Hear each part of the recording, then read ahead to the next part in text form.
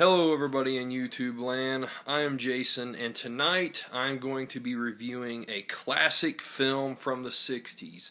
Yes, I did say the 60s. I know many of you might not even watch this review. Some of you, I'm sure, actually probably a lot of you don't want to hear about a film from the 60s.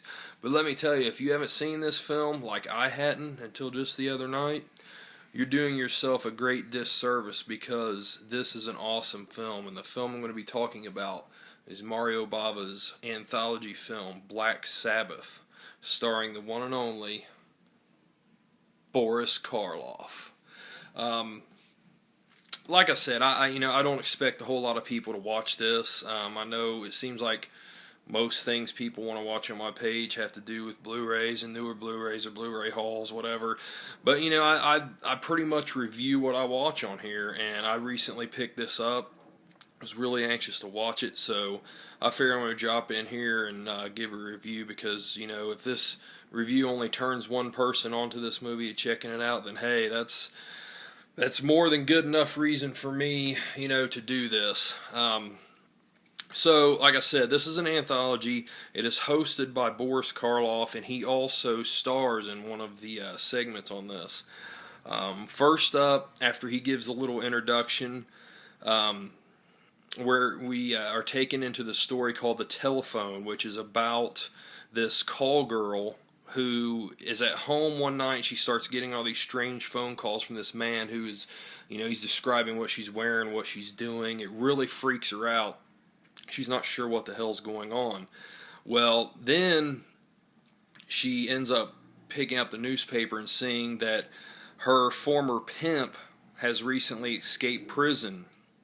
And she really freaks out because it was her testimony that put him away. Well, come to find out, the person on the other side of the phone is Frank, or at least she thinks it is, and that's the setup for the story. I really liked The Telephone. I thought it was good. It had good suspense to it.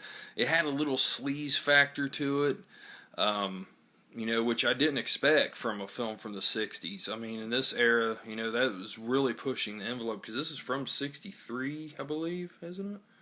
Yeah, I believe it's 63. So, yeah, it was really pushing the envelope for its time. I thought it was a little slow, but it was still good. And after that, it went directly into the next segment called the Wurdulak. Now, this one was really, really cool. This one is the one that had Boris Karloff in it. And the Wurdulak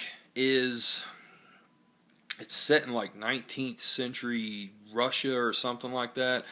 And there's this guy that finds this headless body with a dagger in it. He takes the dagger and he goes a little bit farther down the road, and he ends up staying in this house, and he figures out that dagger came from that house, and he ends up talking to one of the women living there, and she's really worried about her father because her father left 5 days ago, and he said that, if I don't come back after 5 days, if I come back after 5 days, kill me, because it won't be me. I'll be like a Wurdulak, which is like like folklore in that land. Well, he does come back on the fifth night right after midnight, so the family is, kind of torn. Is he a Wurdulak, or has he made it back just in time? That's the dilemma they're faced with. And I thought that this was a really awesome story.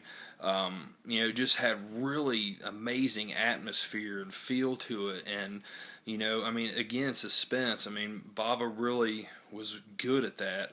And, builds it up with the story and stuff. And this was a really amazing segment. Like I said, I really liked this a lot. And then after that, the last segment of this was called The Drops of Water, or The Drop of Water. I believe The Drop of Water, yes. And what this is this story tells about this nurse who is called in to prepare this body for a funeral.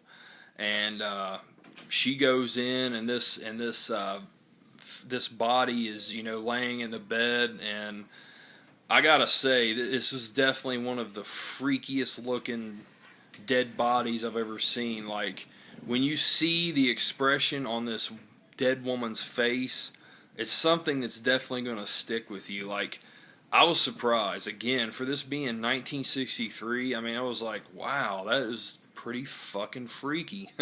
And then, I won't say anything else about the story. It's kind of hard to say anything else without spoiling that, for those of you that haven't seen it. But just the way it turns out and the ending of the story, I mean, it is definitely creepy, man. I mean, kudos to Bava, and it's no wonder why this guy is so revered in the world of horror, because, man, that was some creepy shit. So, out of the 3 stories, I gotta say, the Wurdulak was probably my favorite one, although the drop of water was really close to. It could be either one of those. Now, the telephone, it wasn't lacking by any means. It was still a great story, but it was my least favorite out of the 3.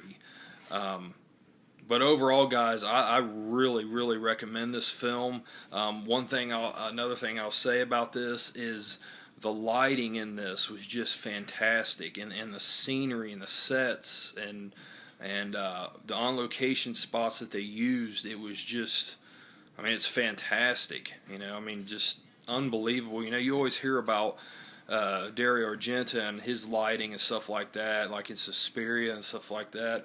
But man, I gotta say, the lighting in this, it rivals anything of what I just mentioned. I mean, Suspiria or any of that. I mean, it's just incredible lighting. I mean, it's not really natural lighting. Like, a lot of it is like, it's overdone. Like, there's more light in there than what there should be. It's like, I can't think of the word I'm trying to come up with here. It's overdone lighting, but still it works. It works for the atmosphere, and it works for the settings of these films, and it really adds to the creepy factor of it. Like, one thing that really comes to mind is like some of the shots they show of Boris Karloff, where he's just got this crazy look on his face, and just the lighting, like there's all different kinds of colors on his face with the way they lit it, and it's from underneath, and it just adds these incredible shadows and stuff to his face. It's creepy as hell. I mean, very, very expertly shot and lit, no doubt. But if you're like me and you haven't seen this, check it out. I just watched it for the first time. I picked it up for $6.99. I'm definitely glad to have this in my collection. This is well worth checking out, guys. It's a great anthology. All 3 stories are very solid. This comes in at like 92 minutes long, 93 minutes, and each segment is a half. Each story is a half hour long. And they're well paced. They keep you interested throughout. I can't say enough good things about it, guys. It's a definite classic, and there's a reason why, it's been talked about since it came out. It's lived on for nearly 50 years. It's a definite great film. I would say, okay, I guess I'll break it down into each segment for a rating. The telephone, I'll give it a 6 out of 10. The Wurdulak, I give that a 9 out of 10. Just thoroughly love that. And the Drop of Water, I give it an 8 out of 10. All well above average stories. They're all great. And overall, guys, I have to give this a 9 out of 10. It's just a classic. I won't ramble on anymore. I'll leave it at that. Hopefully, this review didn't suck too bad, and you'll go out and check this out. It's worth your time. You should be able to find it pretty cheap anywhere. I haven't really checked anywhere online to see, but I'm sure it's cheap. Like I said, I picked this up for $6.99 brand new. So, I mean, I can't imagine for how cheap you could probably find it on eBay used. But check it out, guys. That is Mario Bava's Black Sunday, or Black Sabbath. Sorry, Black Sunday will be coming up soon for review from Bava. So, yep, that's it, guys. I appreciate you watching. I'm Jason. Have a good one.